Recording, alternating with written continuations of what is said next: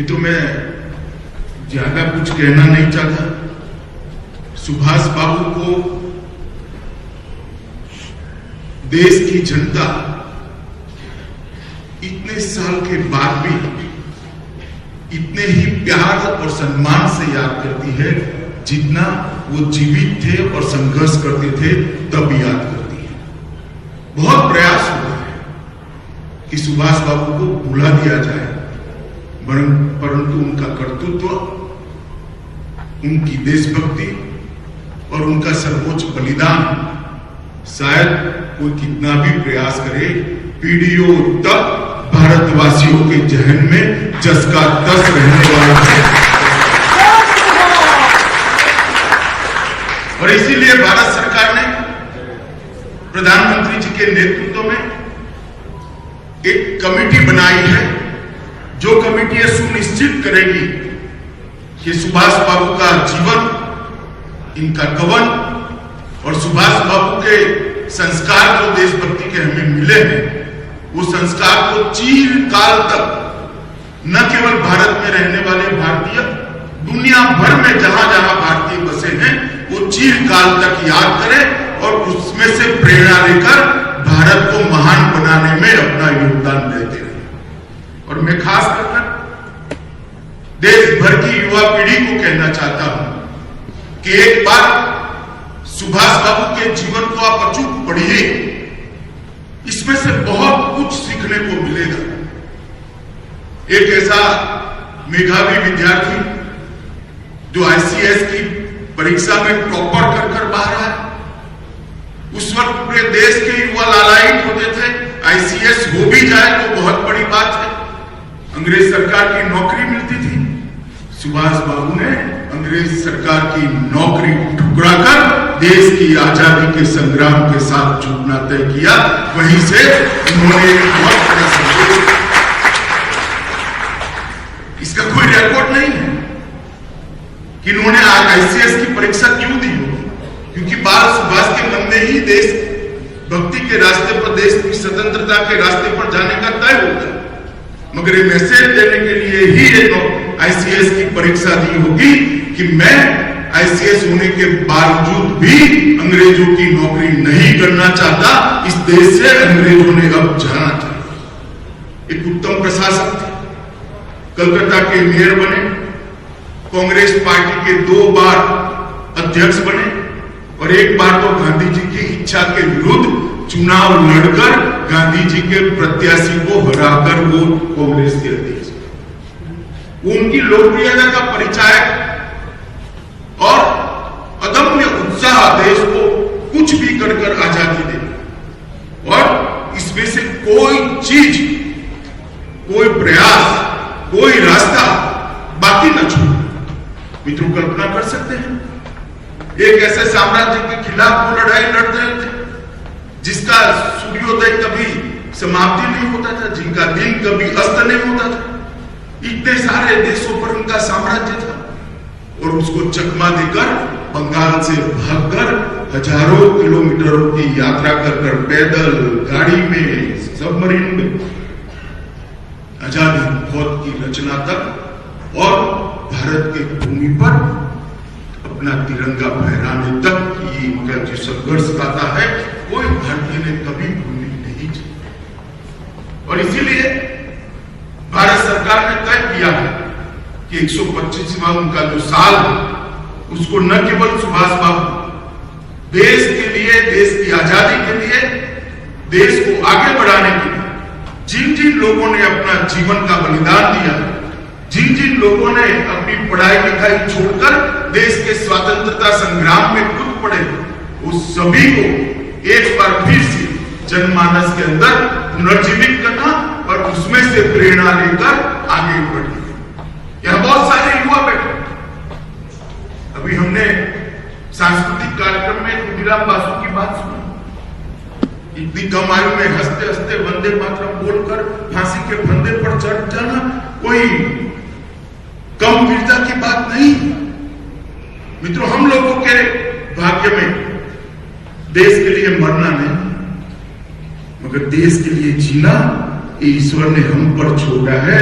मैं युवाओं को खास अपील करता हूं कि जिन्होंने देश के लिए अपनी जान का बलिदान दिया, उसका स्मरण कर हम बाकी का जीवन देश के लिए जीना ये तय कर दे, तो उनको बलिदान को इससे बड़ी श्रद्धांजलि कोई नहीं। और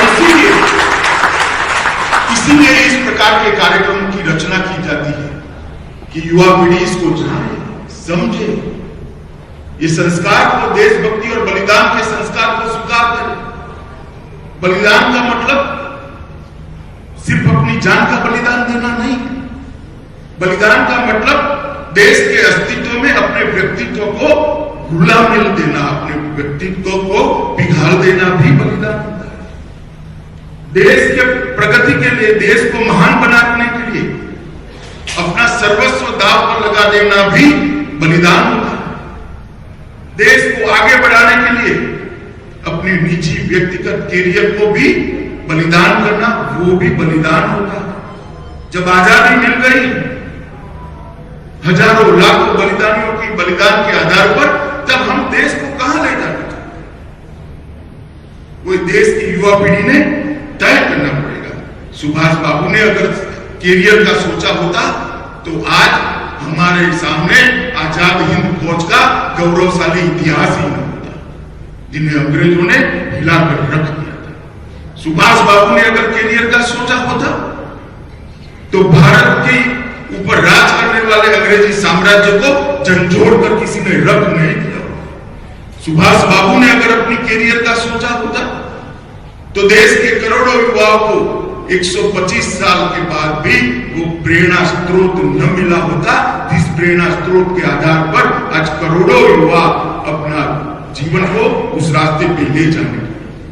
मित्रों, नरेंद्र मोदी जी ने जो निर्णय किया है सुभाष बाबू की 125वीं जयंती को मनाने का, मैं मानता हूं कि ये बहुत बड़ा निर्णय है और इस निर्णय से देश के अंदर बहुत बड़ा परिवर्तन होगा। आज यहां से एक साइकिल यात्रा शुरू हो रही, 3 टुकड़ियां जाएगी। एक टुकड़ी का नाम है नेताजी सुभाष चंद्र बोस टुकड़ी, जो 270 किलोमीटर का सफर तय कर नामी अनामी गुमनाम कई शहीदों के गांव में जाकर उनका महिमा मंडन करने का, उनकी याद को फिर से एक बार जीवित करने का प्रयास करेगी। दूसरी टुकड़ी रास बिहारी बोस टुकड़ी है, जो 400 किलोमीटर की यात्रा करेगी और सभी हमारे शहीद जो जिस गांव में से पैदा हुए थे वहां जाकर आगे बढ़ेगी। और खुदीराम बोस टीम भी जाएगी जो 250 किलोमीटर की यात्रा करेगी।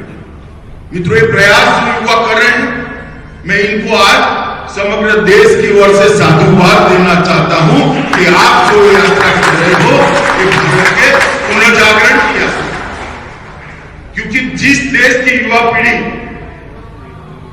आजादी के इतिहास को, जिस देश की युवा पीढ़ी अपने देश के इतिहास को समझती नहीं है, उसमें से गर्व के भाव को आत्मसात नहीं करती है, वो देश का भविष्य नहीं बना सकती। देश का भविष्य वही युवा पीढ़ी बना सकती है जो देश के इतिहास को समझती है। देश का भविष्य वही युवा पीढ़ी बना सकती है जो देश के इतिहास की सारगर्भिता को आत्मसात करती है। देश का भविष्य वही युवा पीढ़ी बना सकती है जिन्होंने देश के लिए बलिदान दिया, उनके प्रति दिल में सम्मान रखती है और उनके उद्देश्यों को पीढ़ी दर पीढ़ी आगे ले जाने का जज्बा। और आज जो युवा यहां से साइकिल लेकर निकलेंगे तो पूरे बंगाल के अंदर लगभग 900 किलोमीटर की यात्रा कर देश के बंगाल के युवाओं को जिस प्रकार से प्रेरित करने का काम करेंगे, मैं मानता हूं कि उनका यह पुरुषार्थ बहुत लंबे समय तक बंगाल को और भारत को बहुत कुछ देगा। आज हमारे इतिहास को हमने अपने नजरिए से भी देखने की जरूरत है, हमारे इतिहास को अपने नजरिए से समझने की भी जरूरत है। आज मैंने जो सांस्कृतिक कार्यक्रम दिया उसके निर्देशिका और सभी कलाकारों को मैं हृदय से बधाई। मैं बंगाली बहुत नहीं समझता, मगर उनके मुख के भाव समझा देते थे कि वो क्या कहना चाहते।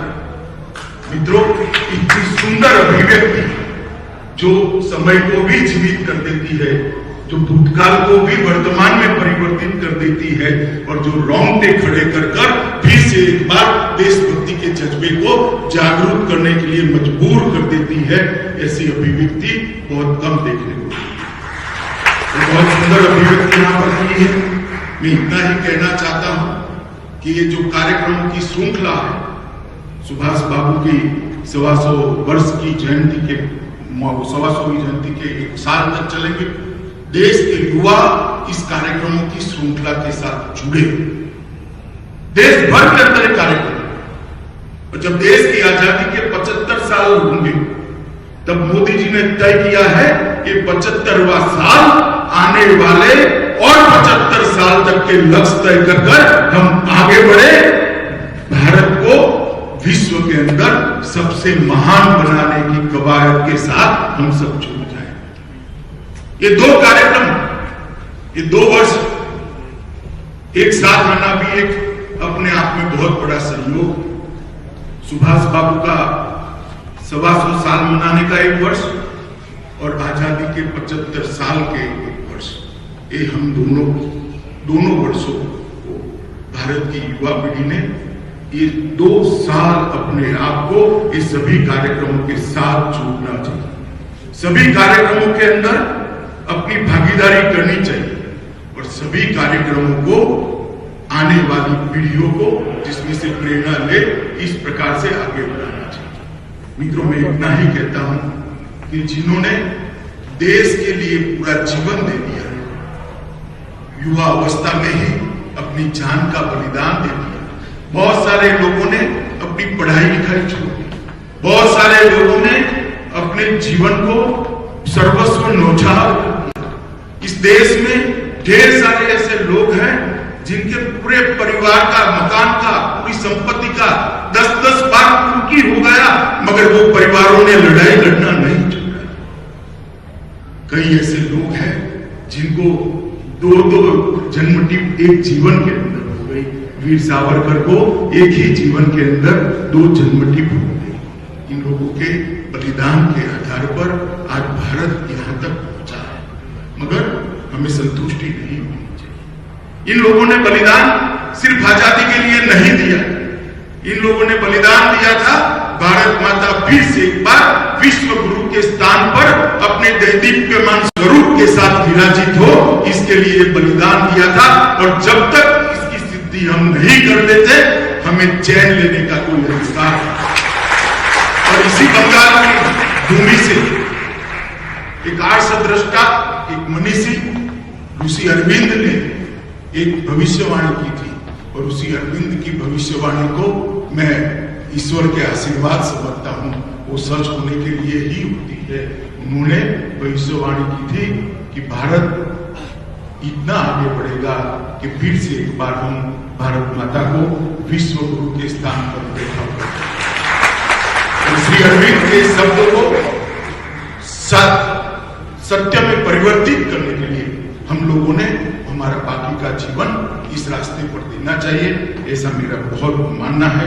मित्रों, अंत में मैं इतना ही कहना चाहता हूं कि मरते मरते बलिदान करते वक्त शहीदों के मनस्थिति को देखकर एक कवि ने कहा था, शहीदों की चिताओं पर जुड़ेंगे हर बरस मेरे, वतन पर मरने वालों का बस बाकी यही निशान होगा।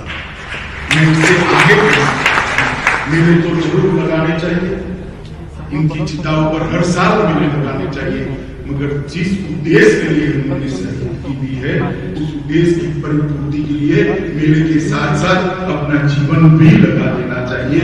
फिर से एक बार साइकिल लेकर निकलने वाले सभी युवाओं को बहुत बहुत अभिनंदन भी देता हूं, शुभकामनाएं भी देता हूं, और सांस्कृतिक मंत्रालय को एक बहुत अच्छी प्रस्तुति के लिए सभी कलाकारों को बहुत अच्छी प्रस्तुति के लिए मन से साधुवाद देना चाहता हूं। वंदे मातरम।